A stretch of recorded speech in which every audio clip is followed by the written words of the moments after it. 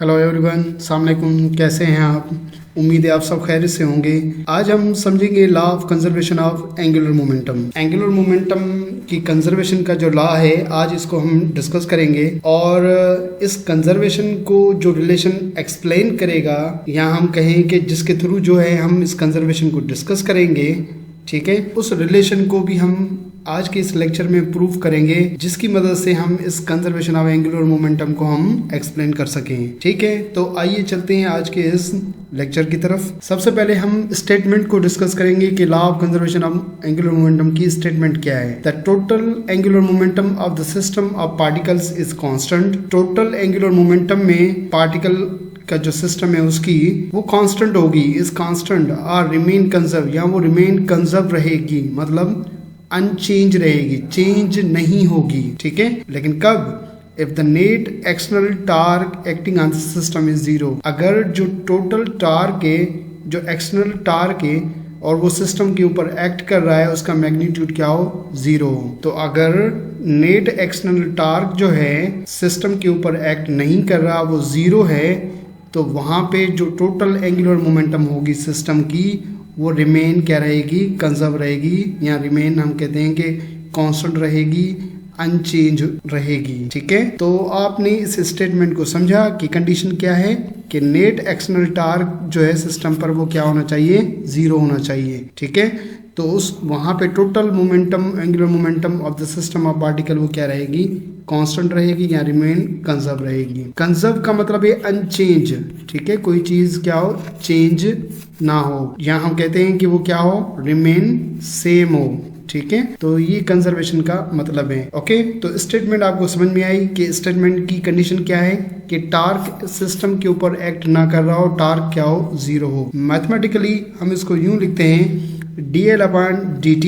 इसका मतलब ये है कि मोमेंटम चेंज हो रही है। इस d/dt का मतलब ये है कि मोमेंटम चेंज हो रही है विथ रिस्पेक्ट टू टाइम, और वो बराबर किसके? टार्क के। अगर टार्क लगेगा तो ही मोमेंटम जो है टाइम के मुताबिक क्या होगी? चेंज होगी। ये d/dt का मतलब है change with respect to time. ठीक है, जैसे कि हम डेल्टा लिखते हैं, डेल्टा/डेल्टा t लिखते हैं ना, फिर कोई भी क्वांटिटी हो, जैसे वेलोसिटी है, तो वेलोसिटी चेंज हो रही है विथ रिस्पेक्ट टू टाइम। ठीक है, तो मैथमेटिकली डेरिवेटिव में हम इसको यूं लिखते हैं कि d/dt मींस कोई भी क्वांटिटी चेंज हो विथ रिस्पेक्ट टू टाइम। अब यहाँ पे dl/dt है, तो dl/dt मतलब मोमेंटम चेंज हो विथ रिस्पेक्ट टू टाइम, वो बराबर किसके? टार्क के।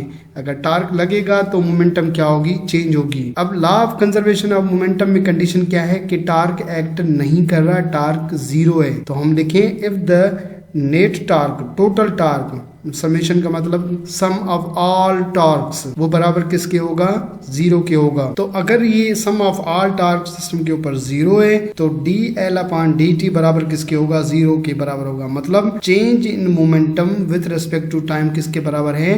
जीरो के बराबर है। देखें, चेंज जीरो के बराबर है, मतलब जो चेंज है मोमेंटम का, चेंज किसका? एंगुलर मोमेंटम का, वो बराबर किसके है? जीरो के। Means change of angular momentum with respect to time वो बराबर जीरो के है। तो अगर चेंज जीरो है मतलब एंगुलर मोमेंटम चेंज नहीं हो रही है। जब एंगुलर मोमेंटम चेंज नहीं हो रही तो हम कहते हैं कि वो क्या है?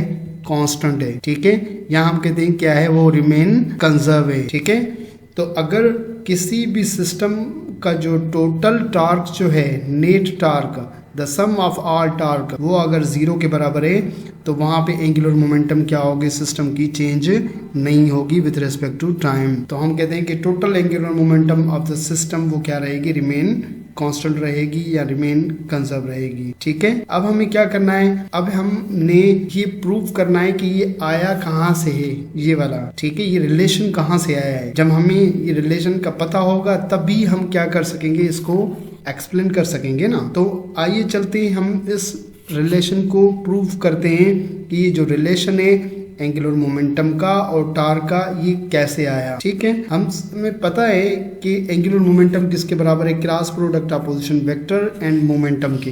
ठीक है। तो हम क्या लेंगे, दोनों साइड्स पे डेरिवेटिव लेंगे, ठीक है। Take derivative on both side, मतलब इस साइड भी और इस साइड भी। डेरिवेटिव का मतलब क्या है, डी अपॉन डी टी, ठीक है। ये दोनों साइड्स पे लेंगे, तो हमने यहाँ पे ले लिया D l upon d T, और डी अपॉन डी टी बराबर किसके, ये आर क्रॉस पी के। हमने इसका भी लिया और इस एंगुलर मोमेंटम का भी हमने डेरिवेटिव लिया है। डेरिवेटिव का मतलब है change with respect to time, ठीक है। यहाँ पर इस केस में अब इसको कैसे सॉल्व करना है, इस वन का ये जो पार्ट है, ठीक है, इसको हम सॉल्व करेंगे इस फार्मूले की मदद से। ये जो फार्मूला है ये क्या है, d upon d t u cross v बराबर d u upon d t cross v plus u cross d v upon d t. अब ये मैथमेटिक्स के डेरिवेटिव के कुछ फार्मूला में से एक फार्मूला है जिसकी मदद से हम इस टर्म को सॉल्व करना है। तो u r है और v जो है p है। तो इस पूरे फार्मूले में जहाँ पे u है वहाँ पे r रखना है, जहाँ पे v है वहाँ पे p रखना है। तो हमने u रखा, u की जगह पर r,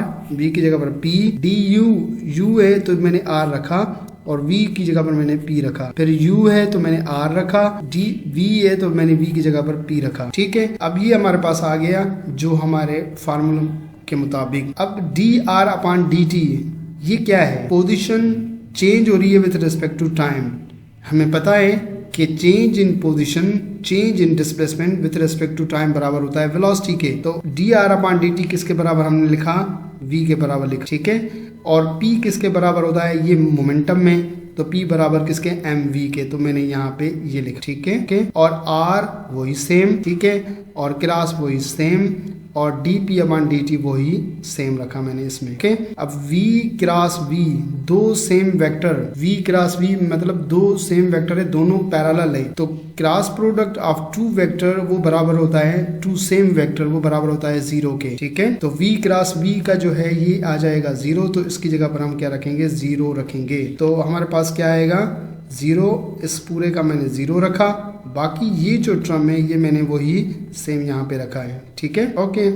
तो d upon d t r cross p बराबर किसके होगा, बाकी ये जो टर्म है ये मैंने वही सेम रखा यहाँ पे, ठीक, यहाँ पे मैंने सेम रखा। तो r cross d p upon d t के बराबर है। अब हमें क्या करना है, देखें कि ये D r upon d T ये बराबर किसके आ रहा है, r cross D upon d t के। अब हमें क्या करना है, इस इक्वेशन 1 में यहाँ पे आप देख सकते हैं कि इक्वेशन 1 में, ठीक है, d upon d t r cross p. तो d upon d t r cross p ये जो लास्ट में हमने देखा ये किसके बराबर है, r cross d p upon d t के बराबर है। तो इक्वेशन 1 में हमें ये पुट करना है। तो इक्वेशन 1 क्या है, D l upon d t r cross P. अब ये बराबर किसके आया है हमारे पास, ये बराबर आया इसके, ठीक है, r cross d p upon d t. तो इसकी जगह पर हम क्या रखेंगे, इसकी जगह पर हम रखेंगे ये वाला। तो हमारे पास d l upon d t same, ये बराबर किसके हुआ, इसकी जगह पर हमने रख दिया ये वाला टर्म हमने रख दिया क्योंकि इसके बराबर है, ओके। तो r cross d p upon d t,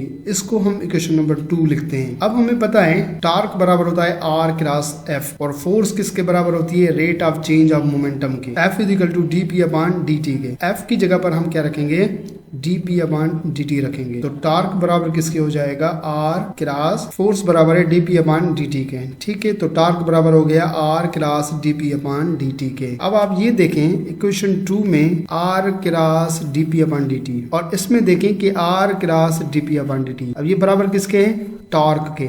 तो इस इक्वेशन 2 में r cross dp upon dt की जगह पर हम क्या रख देंगे, टॉर्क रखेंगे, ओके। समझ में आया, क्योंकि टॉर्क बराबर है r cross d p upon d t के।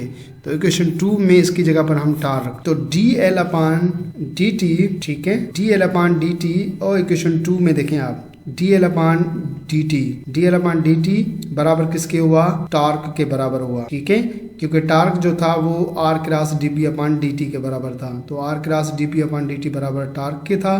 तो इसकी जगह पर इक्वेशन 2 में हमने टार्क रख दिया, ठीक है। ये प्रूव हुआ या नहीं हुआ, क्योंकि हम law of conservation of momentum यहीं से डिस्कस कर रहे थे ना, कि टार्क बराबर किसके हैं, the rate of change of angular momentum के विद रिस्पेक्ट टू टाइम। तो टॉर्क अगर लगेगा तो वहां पे मोमेंटम जो है विद रिस्पेक्ट टू टाइम क्या होगी, चेंज होगी। ये एग्जैक्टली ऐसे ही है, जहां पे फोर्स लग रही थी वहां पे जो है वो क्या हो रही थी, मोमेंटम चेंज हो रही थी। अब फोर्स का टर्निंग इफेक्ट टॉर्क है, तो टॉर्क लगने से एंगुलर मोमेंटम चेंज होगी D l upon d T, ठीक है। ये रिलेशन आप समझ लें कि फोर्स, लीनियर फोर्स लगने से मोमेंटम, लीनियर मोमेंटम चेंज होगी। अब फोर्स का टर्निंग इफेक्ट टॉर्क है तो टॉर्क लगेगा तो एंगुलर मोमेंटम चेंज होगी। क्लियर? ठीक। तो टॉर्क लगने से क्या होगा? एंगुलर मोमेंटम चेंज होगी। This shows that the rate of change of angular momentum is equal to torque. तो टाइम के मुताबिक एंगुलर मोमेंटम में जो चेंज आएगी वो बराबर किसके होगी? टॉर्क के होगी। ठीक है। अगर हम कहें, अच्छा मैं इन लिंक्स को रिमूव करता हूं ताकि आपको क्लियरली आगे का नजर आए। If the net external torque acting on the system is zero, अगर सिस्टम के ऊपर जो एक्सटर्नल टॉर्क है वो एक्ट नहीं कर रहा, then total angular momentum of the system, तो एंगुलर मोमेंटम सिस्टम की वो क्या रहेगी? कंजर्व रहेगी। अब ये तो फॉर सिंगल पार्टिकल केस है, ये सिंगल पार्टिकल केस है। एक सिंगल पार्टिकल है, उसके ऊपर अगर टॉर्क नहीं लग रहा या टॉर्क लग रहा है तो वहां पे एंगुलर मोमेंटम उसकी क्या होगी? With respect to time change होगी। लेकिन सिंगल पार्टिकल, अगर हम कहें कि टॉर्क, अगर हम कहें कि एक से ज्यादा पार्टिकल्स हैं और हर पार्टिकल के ऊपर जो है वो टॉर्क एक्ट कर रहा है, ठीक है, तो उस केस में यहाँ पे हम एक टॉर्क की बजाय सम ऑफ ऑल टॉर्क्स लिखेंगे। मतलब क्योंकि पार्टिकल एक से ज़्यादा हैं तो उस केस में जो है हमें सारे टॉर्क्स को जमा करना पड़ेगा। तो वहाँ पे उस केस में हम लिखेंगे dl/dt बराबर किसके होगा? सम ऑफ ऑल टॉर्क। ठीक है। तो सारे टॉर्क्स का जमा मीन्स जितने भी पार्टिकल्स हों उन सब पार्टिकल्स के ऊपर जो टॉर्क एक्ट कर रहा है उन सब का जमा किसके बराबर होगा? Rate of change of angular momentum के बराबर होगा। अब अगर ये टॉर्क जो है एक्ट नहीं कर रहा, ये टॉर्क जीरो है, सम ऑफ ऑल टॉर्क, जितने भी टोटल टॉर्क्स हैं लग रहे हैं उन सब का जमा किसके बराबर है? जीरो के है। तो उस केस में हमारे पास क्या होगा? dl/dt जीरो के बराबर होगा। ठीक है। dl/dt जीरो के बराबर है, इसका मतलब है कि change in momentum, angular momentum with respect to time, वो बराबर किसके है? जीरो के बराबर है। Change in angular momentum with respect to time वो जीरो के बराबर है। तो चेंज जीरो के बराबर है। तो आप समझ जाएं कि कोई चीज चेंज, कोई क्वांटिटी का चेंज जीरो के बराबर है, इट मीन्स दैट वो तो चेंज हो ही नहीं रही। अगर चेंज नहीं हो रही कोई क्वांटिटी तो हम कहते हैं कि वो क्या है? वो रिमेन सेम है, वो रिमेन कंजर्व है, वो रिमेन कांस्टेंट है। ठीक है। तो अगर एक्सटर्नल टॉर्क जो है सम ऑफ ऑल टॉर्क्स, जितने भी टॉर्क सिस्टम के ऊपर एक्ट कर रहे हैं उन सब का सम जो है उन सब का जमा जीरो के बराबर है, तो उस केस में सिस्टम की जो है एंगुलर मोमेंटम चेंज नहीं होगी, चेंज जीरो है, और हम कहते हैं कि वो क्या है? रिमेन कांस्टेंट है, रिमेन कंजर्व है। तो ये जो था हमारा जो है law of conservation of angular momentum. Law of conservation of angular momentum को हम एक्सप्लेन करने के लिए हमने ये प्रूव किया, हमने इस रिलेशन को ड्राइव किया, जो कि रिलेशन है किसके दरमियान में? टॉर्क और एंगुलर मोमेंटम के दरमियान में। इस रिलेशन को प्रूव करने के बाद इस रिलेशन से हमने law of conservation of momentum को हमने क्या किया है? एक्सप्लेन किया है। ठीक है। तो law of conservation of momentum को एक्सप्लेन करने के लिए ये रिलेशन जो है वो क्या है? इम्पॉर्टेंट है। ठीक है। अगर ये रिलेशन आपको समझ में आएगा, आपको पता होगा, तभी आप जो है law of conservation of momentum को एक्सप्लेन कर सकेंगे, समझ सकेंगे आप। तो आई होप कि ये law of conservation of momentum आपको समझ में आ गई होगी और ये relation between torque and angular momentum ये भी आपको समझ में आ गया होगा।